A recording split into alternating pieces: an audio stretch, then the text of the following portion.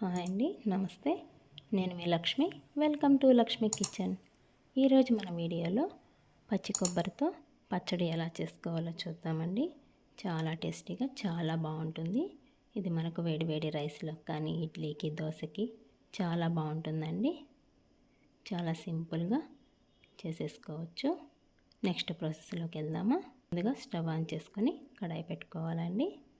కడాయిలోకి 2 table spoon oil వేసుకుందామండి. Oil బాగా heat అయిన తర్వాత నెక్స్ట్ ఇందులోకి 1 టేబుల్ స్పూన్ మినపప్పు, 1.5 టేబుల్ స్పూన్ పచ్చెనపప్పు వేసుకొని ఫ్రై చేసుకుందాం. ఇవి కొద్దిగా ఫ్రై అయిన తర్వాత నెక్స్ట్ ఇందులోకి 1/2 టేబుల్ స్పూన్ ధనియాలు, 1/2 టేబుల్ స్పూన్ జీరా వేసుకుందాం. ఇప్పుడు మనం తీసుకునే కొబ్బరిని బట్టి ఎండుమిర్చి వేసుకుంటున్నానండి. నేను ఇక్కడ ఒక 6-7 ఎండుమిర్చి వేసుకొని ఫ్రై చేసుకుంటున్నాను. మీకు కారం ఎక్కువ కావాలనుకుంటే ఇంక 2 యాడ్ చేసుకోవచ్చండి.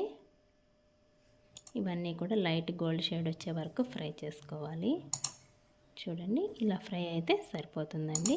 నెక్స్ట్ ఇందులోకి స్మాల్ నిమ్మకాయ సైజ్ అంత చింతపండు వేసుకుంటున్నాను. ఇప్పుడు మనం తీసుకునే పచ్చి కొబ్బరి ఇలా చిన్న ముక్కలుగా కట్ చేసుకొని వేసుకొని ఫ్రై చేసుకుందామండి. కొబ్బరి వేసిన తర్వాత ఎక్కువ ఫ్రై చేయాల్సిన అవసరం లేదు. 1 మినిట్ అలా ఫ్రై చేసుకొని స్టవ్ ఆఫ్ చేసేసుకుంటే సరిపోతుందండి. ఇప్పుడు స్టవ్ ఆఫ్ చేసేసుకొని ఇదంతా కూడా చల్లారబెట్టేసుకోవాలి.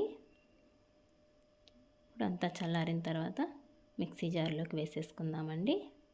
మన టేస్ట్కి తగ్గ సాల్ట్ వేసుకుందామండి. కొద్దిగా వాటర్ వేసుకొని ఇదంతా కూడా గ్రైండ్ చేసేసుకుందాం.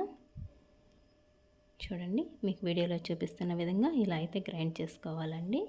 మరీ సాఫ్ట్గా కాకుండా, మరీ కచ్చాపచ్చా కాకుండా ఇలా వీడియోలో చూపిస్తున్న విధంగా అయితే గ్రైండ్ చేసుకోవాలి. నెక్స్ట్ ఇందులోకి మీడియం సైజ్ ఆనియన్ ఒకటి ఇలా పెద్ద ముక్కలుగా కట్ చేసి వేసుకుంటున్నాను. ఇవి కచ్చాపచ్చా గ్రైండ్ చేసుకుందామండి. ఆనియన్ లాస్ట్లో వేయడం వల్ల మనకు టేస్ట్ చాలా బాగుంటుంది. ఇదంతా కూడా ఒక బౌల్లోకి తీసేసుకుందామండి. నెక్స్ట్ స్టవ్ ఆన్ చేసుకొని కడాయి పెట్టుకుందాం. కడాయిలోకి 1 టేబుల్ స్పూన్ ఆయిల్ వేసుకొని ఆయిల్ బాగా హీట్ అయిన తర్వాత పోపు దినుసులు వేసుకుందామండి. నెక్స్ట్ అందులోకి పొడవుగా కట్ చేసి పెట్టుకున్న పచ్చిమిర్చి ఒకటి వేసుకుంటున్నాను.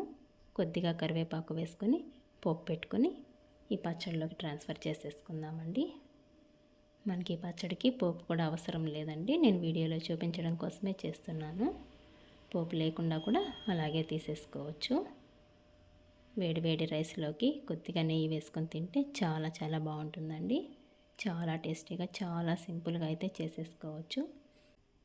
మనకు లంచ్ బాక్స్లో కూడా కలిపి పెట్టడానికి చాలా క్విక్గా అయితే అయిపోతుందండి. మీరు ఒకసారి ట్రై చేయండి. మీకు ఎలా వచ్చిందో కామెంట్ చేయండి. నా వీడియోస్ కనుక మీకు నచ్చినట్లయితే ప్లీజ్ లైక్ చేయండి. మీ ఫ్రెండ్స్ అండ్ రిలేటివ్స్కి షేర్ చేయండి. మరిన్ని కొత్త వీడియోస్ కోసం మన ఛానల్ని సబ్స్క్రైబ్ చేసుకోండి. థ్యాంక్స్ ఫర్ వాచింగ్ అండి.